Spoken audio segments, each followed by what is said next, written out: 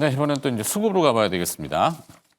다올투자증권의 이성웅 차장 나와 있습니다. 어서 오세요. 네, 안녕하십니까. 네, 수급 상황 어떻게 변하고 있습니까? 계속 마켓메이커 시장을 끌고 오는 외국인이었던데 오늘은 조금 약간 멈칫거리네요. 네, 근데 뭐 그동안에 어떤 좀 매수했던 양에 비하면은 오늘 뭐 어떤 그 외국인들이 약간 주춤거리는 부분은 크게 신경 안 써도 되지 않을까라고 좀 생각이 좀 되고 있고요. 실질적으로 본다고 하더라도 거의 1년 동안 외국인들이 그러니까 작년 7월부터 봤을 때도 거의 40조 넘게 어떤 이 순매도를 기록했지만 네. 뭐 최근에 그 순매수에 대한 금액에 대해서 과하다라는 것보다도 제가 봤을 때도 추가적인 매수 여력이 더욱더 남아있지 않을까라고 좀 생각이 좀 되고 있고요.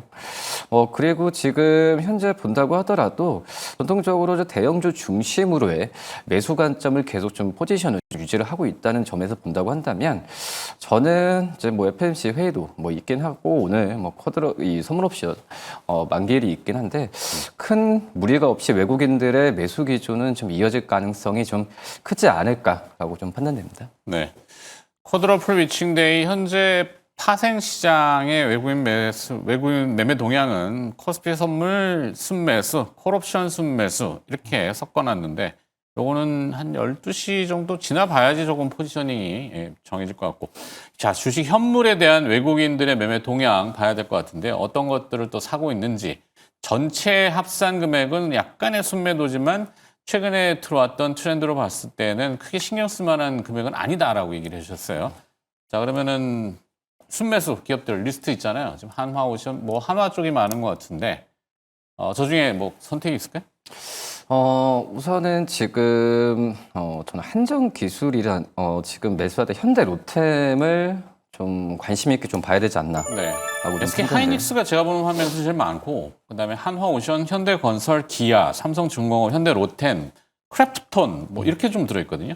거기에 이제 현대로템을 현대로템이 보고 그리고 이제 그 어떤 연속성으로 본다고 한다면 SK하이닉스는 계속 외국인 꾸준히 살 것 같아요. 뭐 지금 최근에 지금 그 6월 달에 본다고 하더라도 SK하이닉스 삼성전자 쪽에서의 순 매수가 계속해서 나와주고 있는 상황인데, 근데 하지만 지금 이제 현대로템에 대한 외국인들의 순 매수에 대한 부분은 좀 관심 있게 좀 봐야 되지 않나. 라고 좀 생각이 되고 있고요. 우선은 이제 현대로템을 제가 관심 있게 좀 말씀을 좀 드린 이유가 역시 2분기 실적 같은 경우에도 최고치 실적을 쓸 것으로 지금 보여주고 있고, 그리고 어떤 방산 쪽에서의 관심이 최근에 몇 달 동안 대선 전후로는 좀 약간의 좀 방산 관련주들이 크게 좀 시들했지만 지금 이제 현대로템의 뭐 K2 전체에 대한 매출액 그 계약을 본다고 하더라도 연간 매출액 이상의 계약을 지금 따낸 상태인데 그만큼 다시 한번 이제 현대로템이 방산주들의 랠리 부분을 주도할 수 있을 만한 좀 키포인트가 되지 않을까라고 좀 생각이 좀 되고 있고요. 뭐 아시겠지만 뭐 K2 전차나 여러 이 동유럽을 중심으로 한 이 계약은 계속해서 나올 가능성이 있다라고 좀 판단되고 있는데 저는 중요한 부분 같은 경우에는 어떤 실적에 대한 급성장이 1순위겠지만은 두 번째로 본다고 하더라도 우리나라가 지금 현재 이제 대선 끝난 이후에 글로벌적인 이 방산 경쟁력을 계속해서 정책적으로 강화할 가능성이 높다라고 지금 생각이 되고 있고 그 안에서 이제 현대로템 같은 경우가 뭐 기술력도 그렇지만은 생산력, 유지 보수 능력이나 이런 부분에 있어서도 가장 앞서서 지금 현대로템이 주도할 가능성이 좀 있지 않을까라고 좀 생각이 좀 되고 있고요. 네. 지금 중요한 부분 이제 폴란드 쪽 얘기를 하지만 결국은 동유럽, 루마니아나 이쪽으로의 계약도 중요한데 이 중동 쪽에서의 계약도 계속 나올 가능성이 크다라고 좀 판단되고 있거든요. 그러니까 우선 우리나라 방산 품목의 장점 중에 하나가 우리는 사계절이잖아요. 네네. 뭐 그런 점에서 이 추운 지방이든 어떤 더운 지방이든 이 부식이나 이런 부분에 있어서 큰 리스크가 없다는 점이 우리 방산 기업들 같은 경우가 글로벌적으로 계속 진출에 있어서도 가장 큰 장점이라고 좀 생각이 되고 있거든요. 그 대표적인 게 이제 현대로템이 K2 전차라고 좀 볼 수 있겠고, 네. 그리고 이제 현대로템이 어떻게 보면은 그 본업이 이 철도 쪽, 레일 쪽이잖아요. 뭐 하지만은 그 철도에 대한 실적이 안 좋아지면서 방산 쪽이 가장 많이 부각이 됐던 상황인데 이 철도 쪽 이 실적 같은 경우도 최근에 흑자 전환을 이루었습니다. 뭐 그렇기 때문에 이 본업과 어떤 지금 방산 쪽의 신사업이라고 할 수는 없겠죠.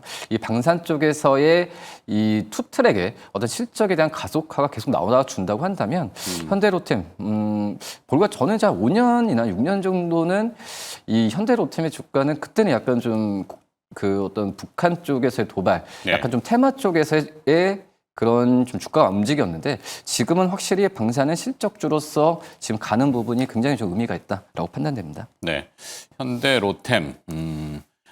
일단 색채가 좀 많이 달라지고 있다는 게 확연하다. 이렇게 해주셨고, 우리의 방산 기술이야 뭐 이미 자명하게 다 알고 있는데, 특히 산악지형 같은 경우가 많잖아요. 이게 네. 꿀렁꿀렁 된단 말이에요. 그 골프에서 뭐 언듈레이션이라고 하지만, 하여튼 이 꿀렁꿀렁 되는 지형에서는 무한궤도, 그 캐터필러 같이 이렇게 그 무한궤 두루룩 하는 게 움직이면서 이 진동을 위해서 잡아줘야 되거든요. 포신에 이게 탁 쏴야 되니까. 그 기술이 뭐 기똥찬 거죠, 아주 뭐. 그렇죠.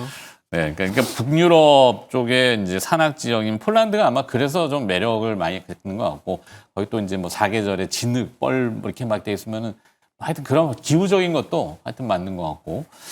얼마 전에 뭐 BTS가 이제 완전체로 뭐 군복 입고 나왔던데 BTS가 전차 타고 한번 가면 뭐 끝난 거 아닌가 싶긴 한데 그럴 리야 없겠죠. 그럴 리야 없겠지만 네. 저의 상상입니다, 항상. 네. 체코 원전도 그렇고. 자, 그래서 현대 로템을 외국인 순매수 중에서는 아주 이례적으로 지금 주가가 뭐 조금 단기적으로 보면 올랐다고 할 수도 있지만 여긴 끝은 아니다. 네. 이렇게 보는 거죠. 네. 자, 그 다음에 이제 지금 제가 외국인이었죠. 네. 네네. 기관으로 이제 가봐야죠. 기관 수급에 오늘 기관들은 뭘 사는지 한번 볼까요?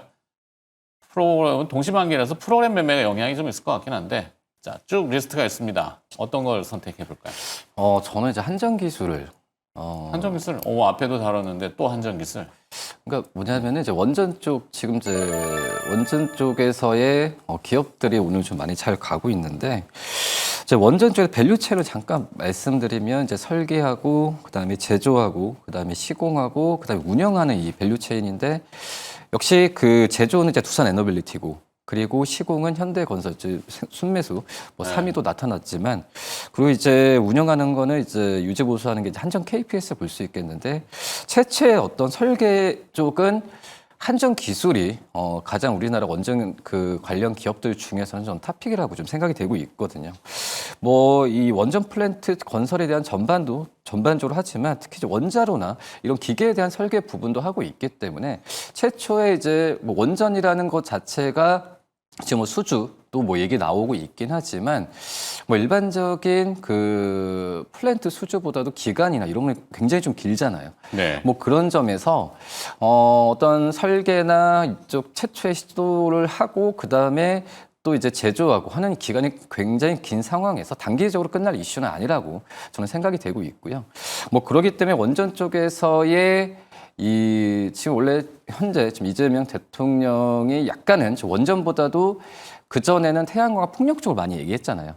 하지만 이제 체코 총리와도 얘기를 하면서 어떤 원전 쪽에서의 뒤늦은 어떤 부각이 좀 많이 되고 있는데 말씀드렸다시피 이제 두산에너빌리티도 그렇고 이제 현대건설이 주가가 먼저 좀 치고 올랐는데 한전기술은 약간 좀 뒤늦은 감이 좀 분명히 좀 있고 그리고 제가 봤을 때도 현대건설, 두산에너빌리티보다도 한전기술이 이 실적에 가장 안정적이라고 생각이 되고 있거든요. 역성장도 없이 쭉 잘 가고 있는 모습을 좀 보여주고 있는데 그만큼 이제 한전 기술에 대한 어떤 그 숨은 원자력 안에서도 지금 현재 매수 타임으로 간다고 한다면은 한전 기술이 안정적이지 않을까라고 좀 생각이 좀 되고 있고요. 한전 기술은 계속 주가가 너무 아까 방송하는 순간부터 한 10% 후반대더니 뭐 단 몇 분 사이에 지금 20%대까지 시장이 그만큼 뜨겁네요.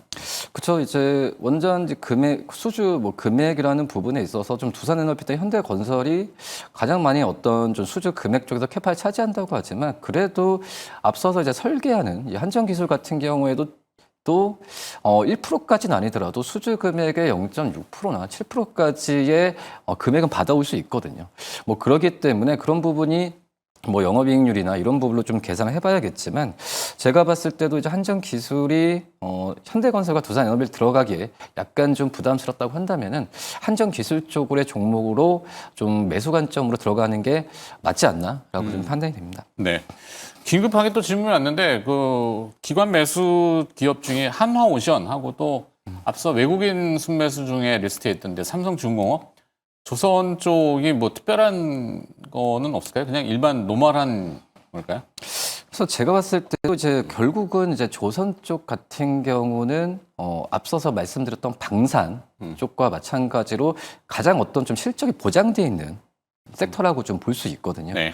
뭐 그런 점을 본다고 한다면은 이 최근에 지금 조선주들이 어떤 대선 전후로 하면서 약간 좀 그 전에 주도주에서 약간 밀린 분위기가 분명히 좀 있었던 상황이었고 뭐 그런 부분을 본다고 한다면은 역시 이 실적주로서 주가 좀 눌렸을 때 전 저가 매수에 대한 부분이 뭐 기관도 그렇고 외국인들도 항상 그 매수 관점을 유지할 가능성이 있다라는 게 좀 생각이 좀 되고 있고요. 그리고 이제 하나우선 같은 경우에도 저 미국 쪽에서 조선 시장에 대한 진출 여러 가지 부분 얘기가 좀 나와주고 있는 상황이고 또 이제 하나그룹, 하나에어로스페이스로지만 하나그룹에 대한 전체적인 수급적인 방향은 계속 우상향 쪽으로 좀 가고 있기 때문에 저는 하나오션도 그 조선 섹터도 중요하지만 약간 좀 하나그룹에 대한 프리미엄이 분명히 좀 있지 않나라고 좀 생각이 됩니다. 네, 여기까지 듣도록 하겠습니다. 자, 수급 분석해봤고요. 다월투자증권의 이성웅 차장이었습니다. 고맙습니다. 네, 감사합니다.